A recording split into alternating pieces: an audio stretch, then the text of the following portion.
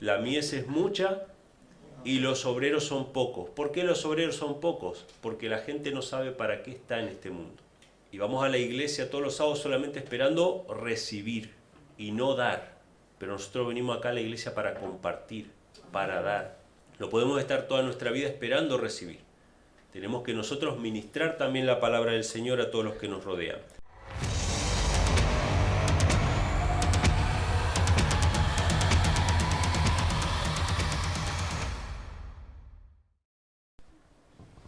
Saludos hermanos, Dios les bendiga, feliz sábado para todos. Una alegría poder compartir nuevamente un sábado en la compañía del Señor. Nos acordamos de todos aquellos que en este momento, tanto mi esposa que ahora está ahí haciéndose ver, como muchos otros que quizás hace mucho tiempo están en los hospitales o en diferentes lugares, ¿sí? Que la compañía del Señor está con ellos, que nunca olviden eso, ¿no? Pero los que tenemos oportunidad de reunirnos, tenemos que congregarnos, tenemos que reunirnos y más si tenemos la libertad para hacerlo, ¿no? Amén. Así que agradecidos a Dios por eso, agradecidos a Dios por el nuevo año, como mencionaron recién la hermana Ivette. El nuevo año que tenemos, la semana pasada estuvimos hablando acerca del nuevo comienzo, de la nueva oportunidad, que muchas veces somos nosotros mismos los que no estamos dispuestos a darnos a esa nueva oportunidad, de volver a empezar. Y hoy quiero hablar de algo que tiene que ver con eso, quizá podría ser hasta una continuación, y tiene que ver con una palabrita que resume toda la idea, ¿no? Que es una gran deficiencia que hay en el mundo y en la iglesia. Esto tiene que ver con el propósito. Es decir, ¿para qué nací? ¿Para qué estoy en el mundo? ¿Y para qué Dios me quiere utilizar? Esta es el gran problema del mundo.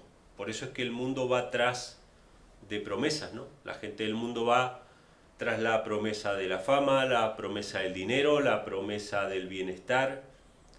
Y entonces es una vida muy frustrante porque nunca eso llega a llenar el corazón del ser humano. Y siempre va a faltar algo más. No, cuando yo me gradúe voy a ser feliz. No, cuando yo compre mi casa voy a ser feliz. Cuando compre el carro voy a ser feliz, cuando tenga mis hijos, cuando mis hijos se gradúen voy a disfrutar. Estamos tras la zanahoria, ¿no? Que le ponen al burro así. Y nunca vamos a llegar a eso. ¿Por qué? Porque son falsos objetivos. Ahora, todas esas cosas son buenas. Tener hijos, que sus hijos se gradúen, que ustedes tengan su casa y que tengan su carro, si es posible. Todas esas cosas son buenas. Pero no es el objetivo de la vida. Y por eso la gente se frustra, y por eso la gente necesita más, y por eso la gente en una mansión cae en depresión, en drogas y hasta en suicidio. Porque uno dice, ¿cómo puede ser? Si fuera que el hombre es pobre y no tiene cosas, bueno, se entiende de que se desesperó, pero no, en una mansión hay suicidio. Y hay drogas y hay depresión. Porque la gente no sabe cuál es el propósito de su vida. Obviamente solamente Dios puede dar el propósito de su vida, pero eso no significa que en la iglesia cristiana no suceda lo mismo. En la iglesia cristiana también sucede lo mismo. Para que se den una idea, hace unos cuantos años, quizá 20 años más o menos, un pastor evangélico llamado Rick Warren sacó un libro que se llamaba Una vida con propósito. Ese pastor es un pastor ecuménico, pastor que está a favor del Papa y todas esas cosas, ¿no? Pero ese libro fue un bestseller, hasta yo lo tuve en mi mano, hasta me lo prestaron, lo empecé a leer porque como yo soy un poco inconstante, lo dejé ahí.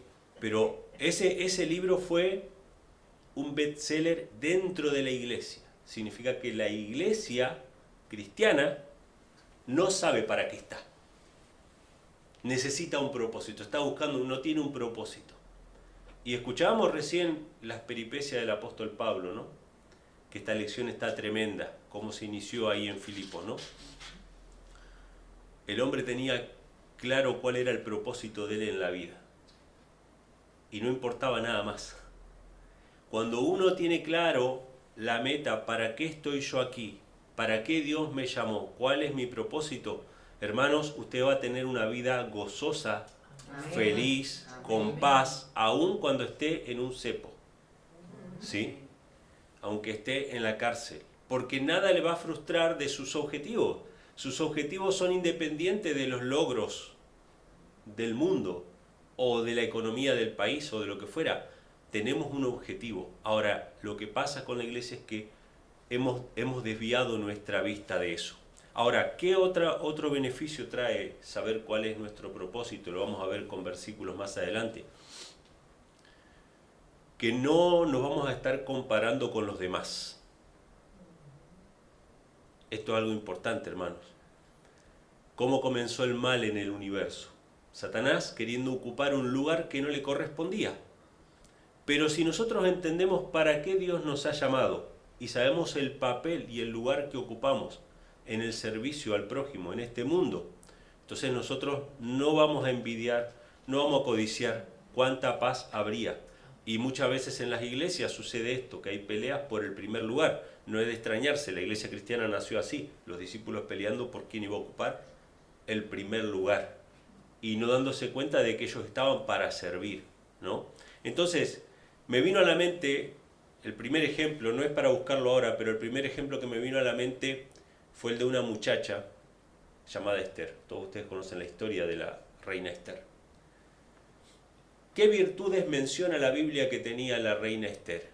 Porque la Biblia no da muchos detalles sobre las virtudes. Evidentemente era una mujer piadosa, temerosa de Dios. Eso podríamos decir como una virtud. ¿Qué otros talentos tenía la reina Esther? Díganme ustedes por qué llegó a ser reina. Esa era la virtud que tenía. Esa era la virtud que tenía. Y llegado el momento llegó a ser reina y Mardoqueo, cuando se enteró del edicto para matar a los judíos, fue a hablar con la reina Esther y le dijo, vaya e interceda con el rey. Porque si tú no haces nada, no creas que porque estás en la casa del rey te vas a salvar. Todos los judíos van a morir.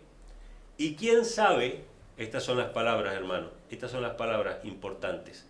¿Quién sabe, le dice Mardoqueo a Esther, si ha llegado al reino para un tiempo como este? Esto está en Esther 4:14. ¿Qué significa eso? Nosotros no sabemos los grandes propósitos que Dios tiene para nuestra vida. Y usted puede decir, pero ¿qué talento tengo yo? ¿Qué talento tenía Esther? Sin embargo, salvó a un pueblo, a una nación entera del exterminio. Esto es como si dijéramos el holocausto de la Segunda Guerra Mundial, que iban a matar a todos los judíos, y una persona los salva a todos, y no se da el holocausto. Exactamente, y Dios lo utilizó, hermanos. Ella no sabía para qué hora estaba preparada su vida. Y usted y yo no sabemos para qué hora está preparada nuestra vida. Pero tenemos que aprender que nuestra vida tiene un propósito. Y tenemos que estar dispuestos a dejar que Dios moldee nuestra vida para servicio al prójimo. Vamos a leer algunos versículos para ver cuáles son las características del propósito de nuestra vida. Efesios 2, estos primeros versículos que vamos a ver tienen que ver con las características de la razón por la cual estamos aquí. Efesios capítulo 2, versículo 10. Cada uno de nosotros fue llamado, mientras van buscando, fue llamado de manera individual. Aunque somos una iglesia, somos un grupo en cierta forma, pero nuestra relación con Dios es personal. Tan personal es que cuando Pedro se encontró con Jesús después de su resurrección, le dijo, ¿y qué va a pasar con Juan? Le preguntó Pedro a Jesús. ¿Qué le respondió Jesús? ¿A ti qué te importa? Tú sígueme. O sea, nosotros no podemos mirar a los costados, no podemos mirar al lado. Hermanos, hay tanta falta de sentido del propósito y de relación personal con Dios, que aún en los ministerios independientes hay competencias entre los ministros. Y yo voy a comentar algo, no para gloriarnos, sino porque sé que Dios está obrando en los ministerios independientes. Nosotros en Colombia no teníamos planificado un bautismo. No había planificado ningún bautismo. Pero habían muchas personas que llegaron allí con el deseo de bautizarse. Así que se tuvieron que improvisar algunas cuestiones. y no todo el mundo podía ir al bautismo. ¿Quién era el organizador de toda esa campaña? El hermano Carlos Cabello. Habían muchos otros ministros ahí, y habían ministros que tenían parte ese sábado a la tarde en el lugar de la reunión. No podían ir todos al bautismo. Así que ahí fui un servidor y el hermano José Sánchez, fuimos a bautizar a todas esas personas.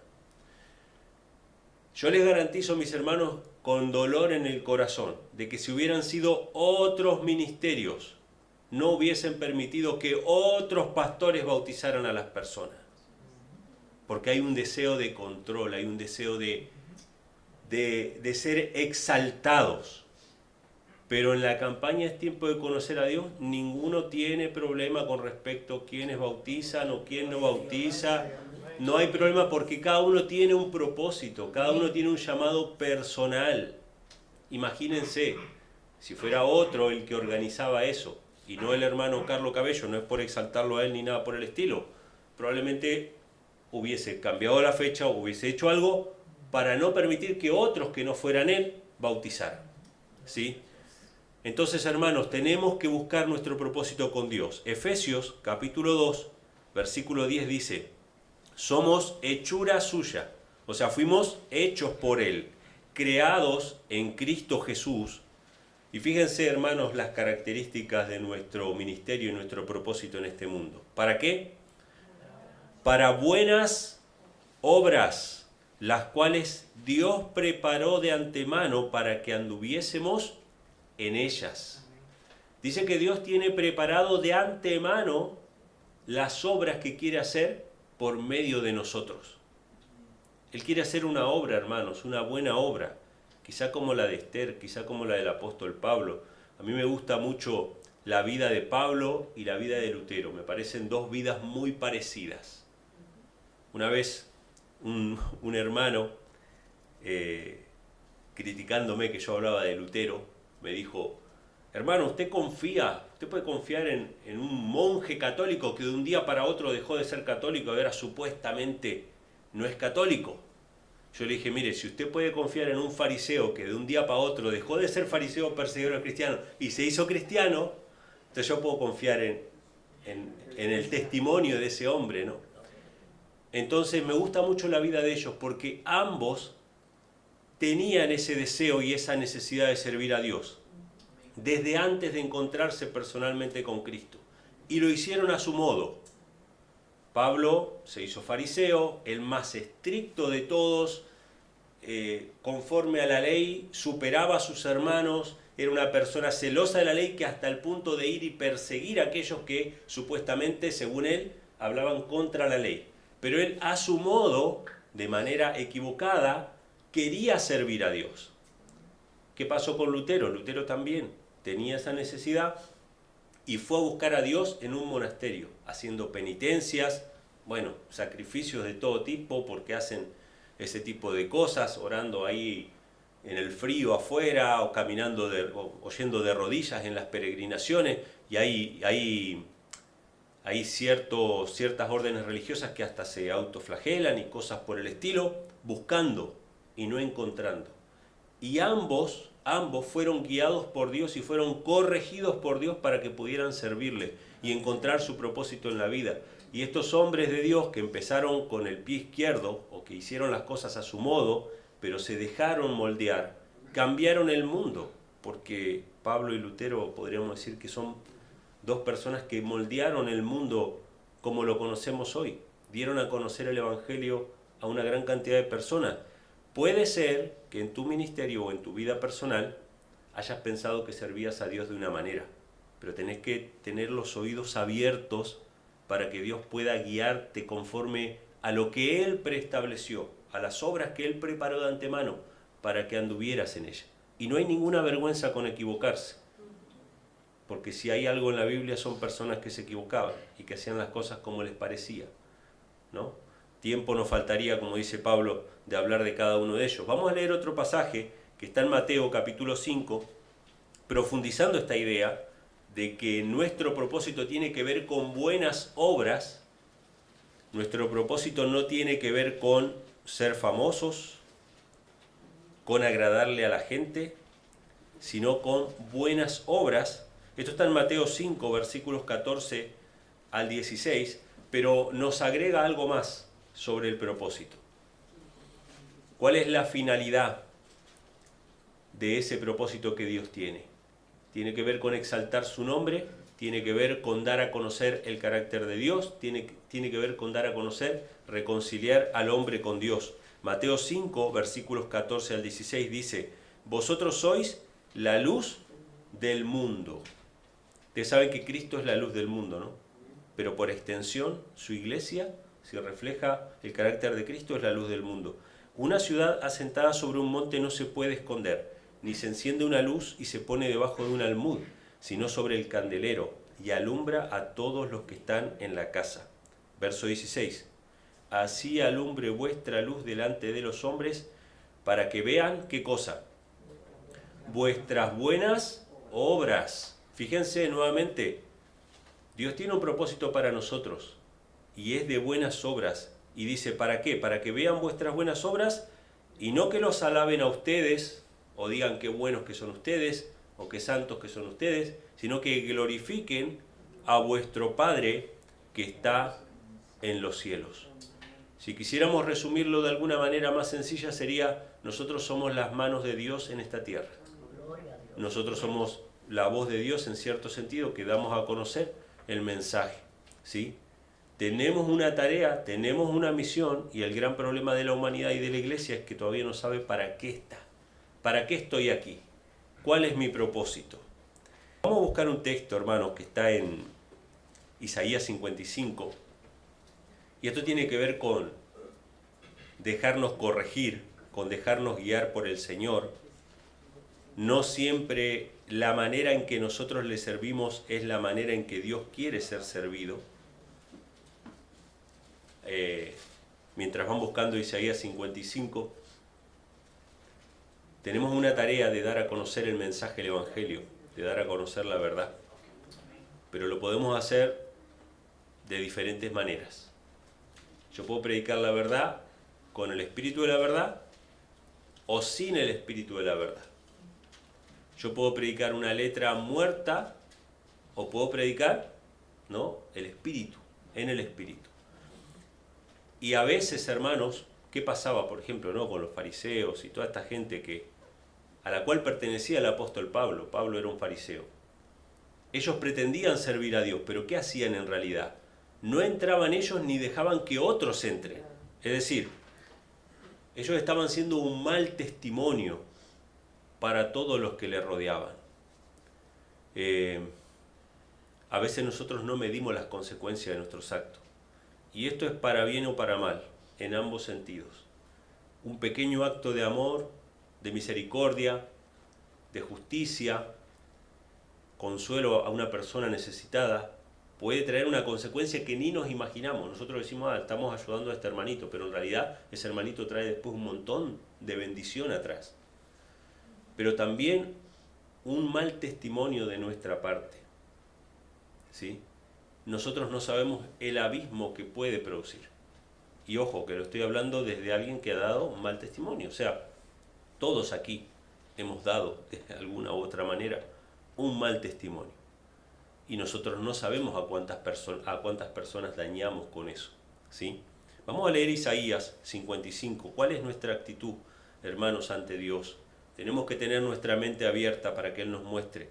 Isaías 55, verso 7 dice: deje el impío su camino y el hombre inicuo sus pensamientos, y vuélvase a Jehová, el cual tendrá de él misericordia, y al Dios nuestro, el cual será amplio de perdonar. O sea, hermanos, si alguien está en duda, si alguien está en lucha, la invitación del Señor es clara.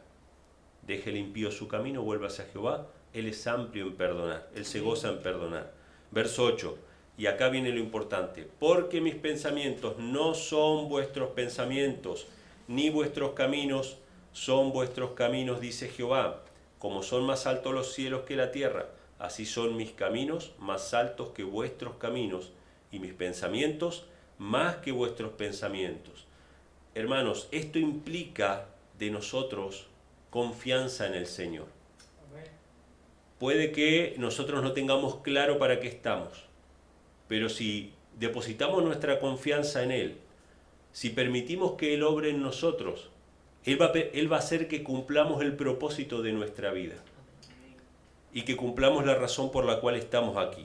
Dice el versículo 10, porque como desciende de los cielos la lluvia y la nieve y no vuelve allá, sino que riega la tierra y hace germinar y producir, y da semilla al que siembra y pan al que come, así será mi palabra que sale de mi boca, no volverá a mí vacía, antes hará lo que yo quiero y será prosperada en aquellos para que la envíe. Entonces tenemos que tener nuestra mente abierta, tenemos que estar receptivos a la palabra del Señor para que Dios pueda cumplir su propósito en nuestra vida. Vamos a leer Romanos 8, versículo 28. Mientras van buscando ese texto, hay un pasaje acá que dice, ¿no? En Proverbios 19 dice, muchos pensamientos hay en el corazón del hombre, mas el consejo de Jehová permanecerá. ¿Cuántas cosas pensamos hacer de una manera y Dios tiene otros planes para nosotros? Tenemos que permitir que el Señor obre. A veces incluso suceden cosas que pensamos que son negativas para nosotros. ¿Por qué me está sucediendo esto a mí? Dijo Víctor hoy, ¿no? Cuando estaba hablando, si nos quejamos de las cosas que nos suceden. A veces Dios permite que sucedan cosas que van conforme a su plan. Voy a hacerles una pregunta. ¿Era bueno o era malo que llevaran cautivo a José a Egipto? Si yo fuera José en ese momento, diría que es muy malo. Pero Dios tenía un propósito más allá, que eso no excusa obviamente el mal comportamiento de sus hermanos, ¿no? No estamos diciendo que ellos estaban cumpliendo un plan de Dios, obedeciendo a Dios, sino que Dios toma lo malo para bien. Dios tenía un propósito para él. Y era el de salvar prácticamente a toda su familia y a toda la nación. A Egipto también salvó José. Dios tuvo misericordia de Egipto a través de José. ¿Pueden suceder cosas malas en nuestra vida?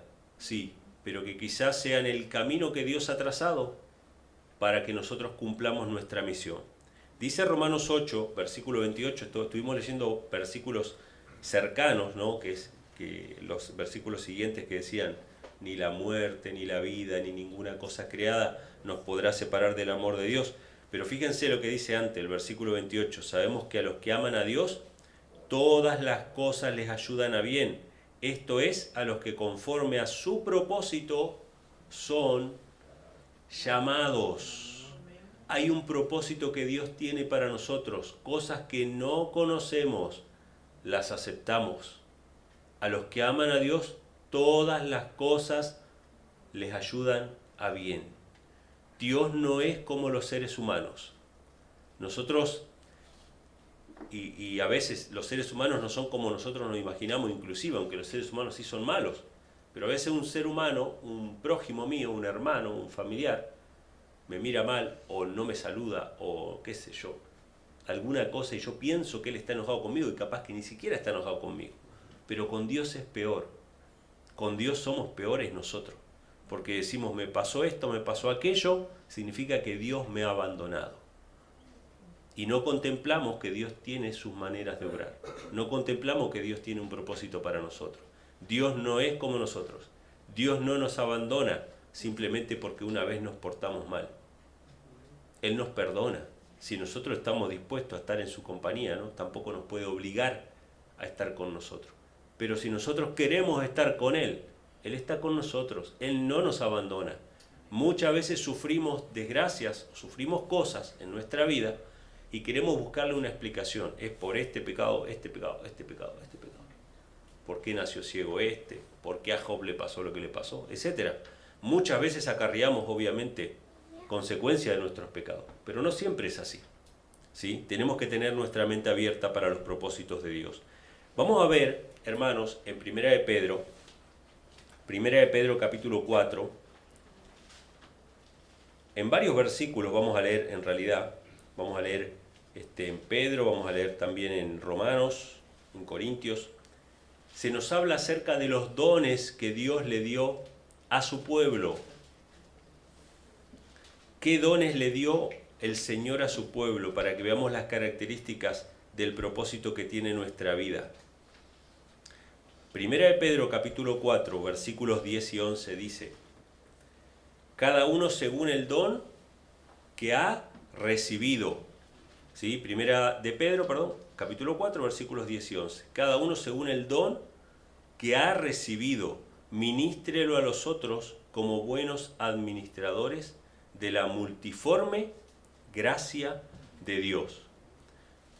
No todos los seres humanos tienen los mismos dones. En la iglesia cada uno tiene un don diferente y cada uno tiene que administrarlo conforme a lo que recibió.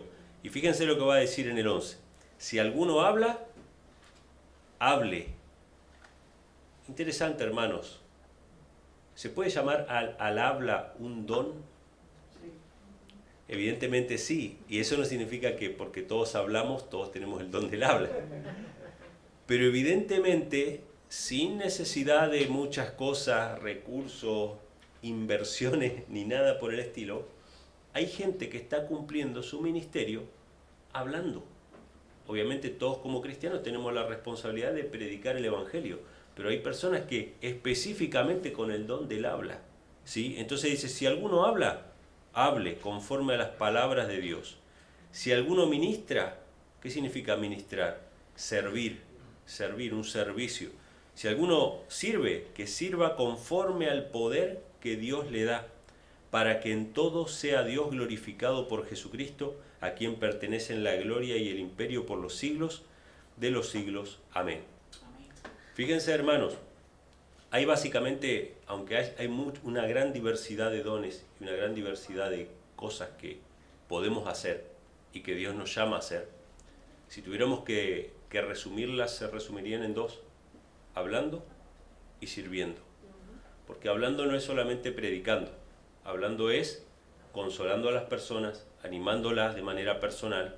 No todas las personas predican de la misma forma.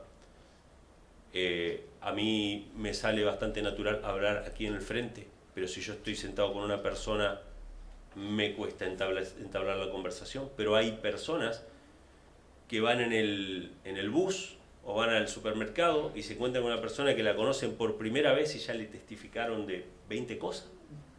Y yo no sé cómo hacen, porque a mí me daría como temor de invadir a la persona y qué sé yo. Sin embargo, hay personas que lo conocieron hace un rato y ya le dieron el primer estudio bíblico ahí en el supermercado. Y le hablaron y la otra persona contenta, que es lo peor, porque yo digo, bueno, la otra persona debe estar no, está contenta. Hay personas que tienen el don para hablar, algunos en privado, otros en público, de diferentes maneras.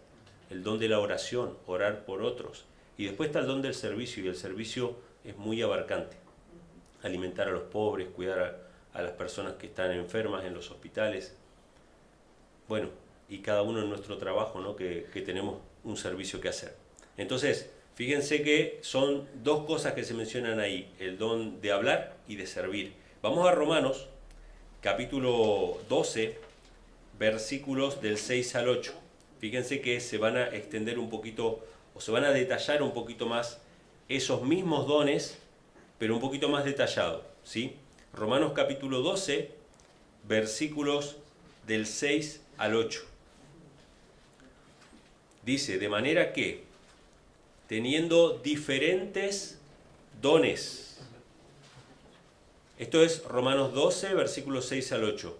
De manera que teniendo diferentes dones, no todos tienen los mismos dones. No se comparen con los demás. No importa lo que pase con Juan, tú sígueme. No pensemos en lo que el otro va a hacer o dejó de hacer. De hecho, eso evitaría muchas críticas, ¿sí? Si usted piensa que fulano está predicando un evangelio errado, vaya usted a predicar el evangelio, el correcto. Entonces se va a evitar muchos problemas. Si fulano está haciendo las cosas mal, no esté criticándolo a fulano ahí todos los días, criticándolo que está haciendo las cosas mal. Vaya usted y hágalo bien, si usted sabe cómo se hace bien. No miremos a los demás, hermanos. Hagamos lo que nuestra conciencia, el Espíritu de Dios, la palabra de Dios nos manda, y así vamos a estar en unidad trabajando codo a codo con otras personas que hacen exactamente lo mismo.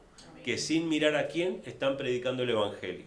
Entonces todos tenemos diferentes dones, dice, según la gracia que nos es dada. Si el de profecía, úsese conforme a la medida de la fe. O si de servicio, en servir. El que enseña, en la enseñanza. El que exhorta, en la exhortación.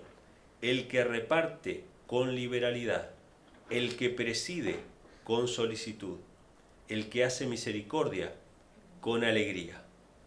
Ustedes imaginen en su mente, pónganle nombre a cada uno de esos dones espirituales.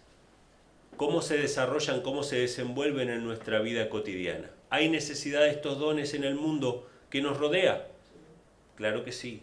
¿Hay campo para trabajar para los obreros? Claro que sí. La mies es mucha y los obreros son pocos. ¿Por qué los obreros son pocos? Porque la gente no sabe para qué está en este mundo.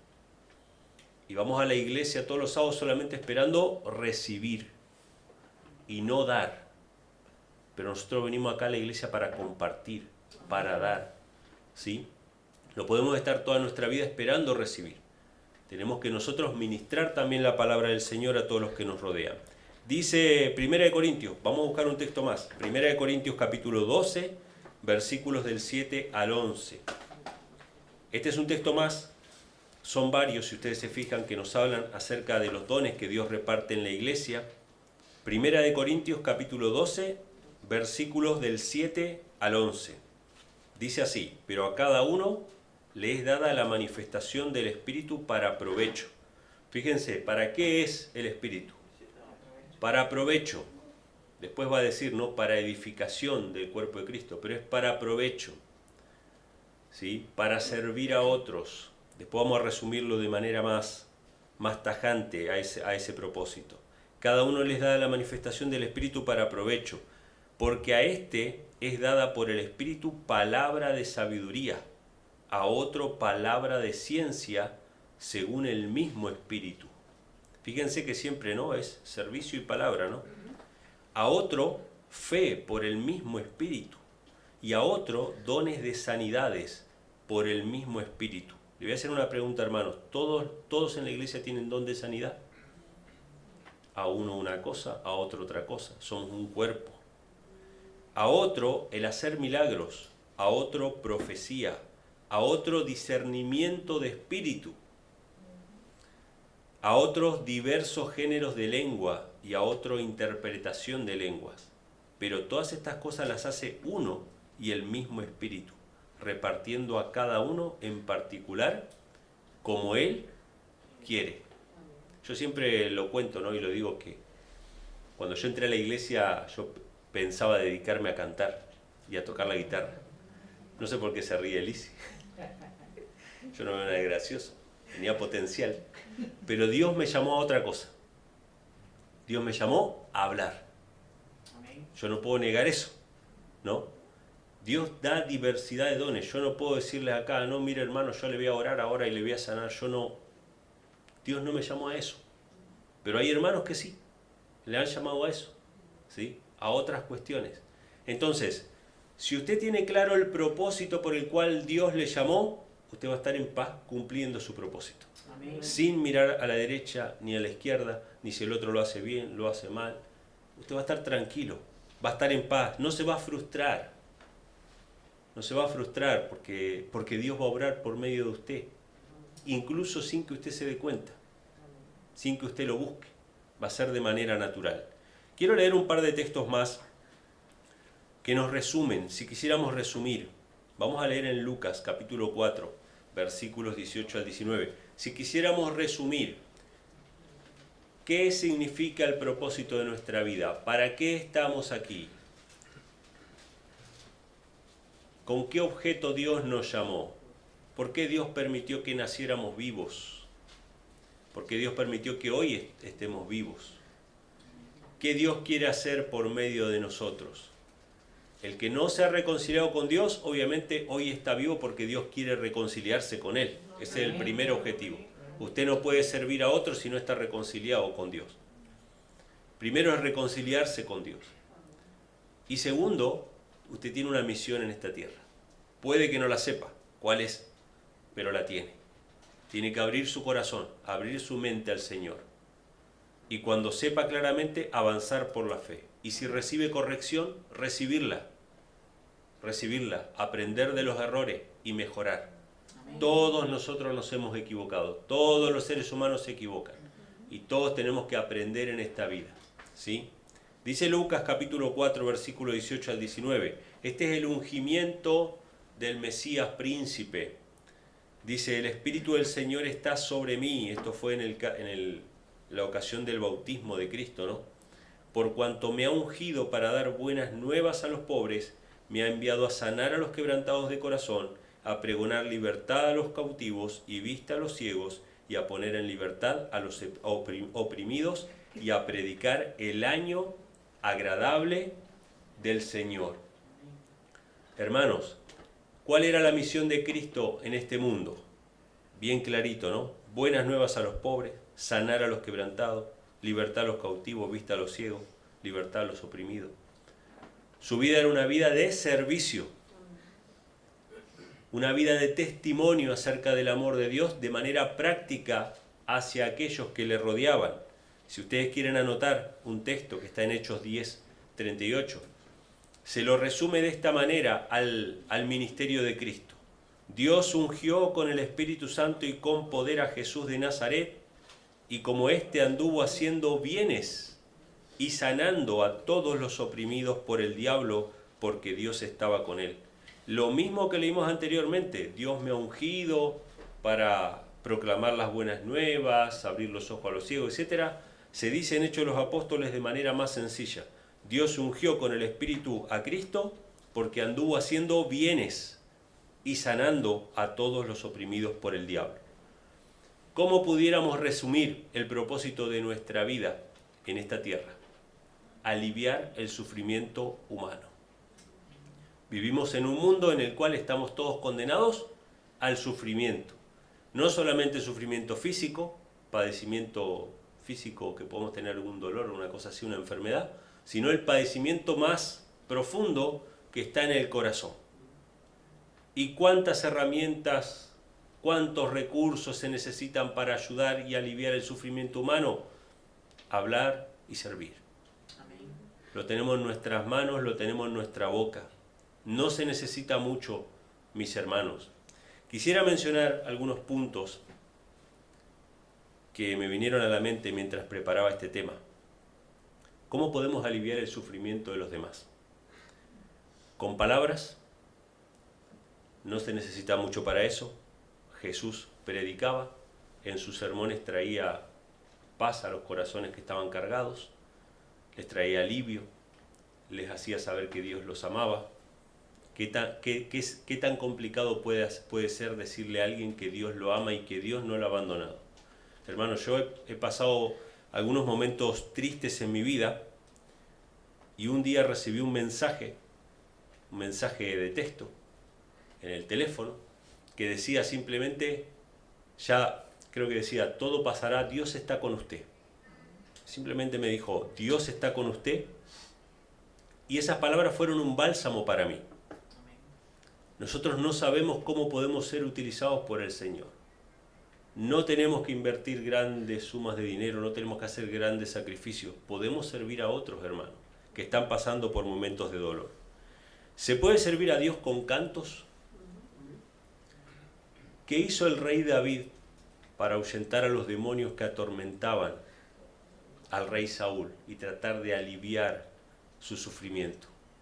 Utilizaba la música, ¿sí?